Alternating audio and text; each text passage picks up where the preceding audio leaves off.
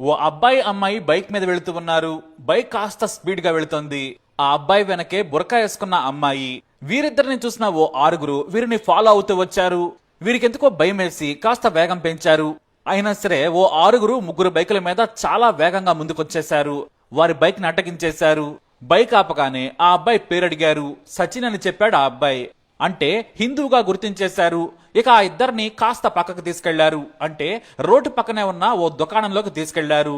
ముస్లిం అమ్మాయిని బైక్ ఎక్కించుకుంటావని ఒక్కటి పీకారు. ఆ తర్వాత అమ్మాయి దగ్గరకు వచ్చి బుర్కా తీయాలని కోరారు. ఆమె తీయనంది. ఆ తర్వాత ఆ ఆరుగురిలో ఒకడు ఆ అమ్మాయి బుర్కాను బలవంతంగా తొలగించాడు. మరొకడేమో ఆ మహిళ జుట్టు లాగి ఆమెను చెంపదెబ్బ కొట్టాడు.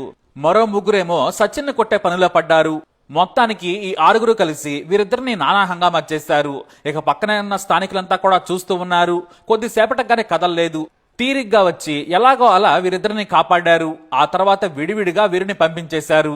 అయితే వీరిద్దరూ సరాసరి పోలీస్ స్టేషన్కి వెళ్ళలేదు, బ్యాంకుకి వెళ్లారు. ఎందుకంటే వీరిద్దరూ అక్కడ బ్యాంకులో పనిచేస్తూ ఉంటారు. ఓ లోన్ రికవరీ కోసం వెళ్లి వస్తూ ఉండగా ఈ ఆరుగురు వ్యక్తులు అడ్డగించి వారి పేర్లు అడిగారు.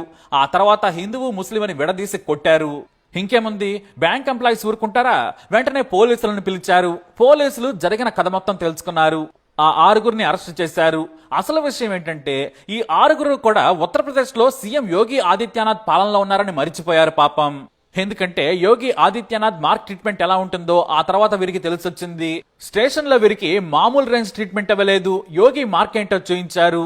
చూస్తున్నారు కదా కుంటుకుంటూ వస్తున్న వీడియోలు. ఈ ఆరుగురు వెధవలు వీళ్లే.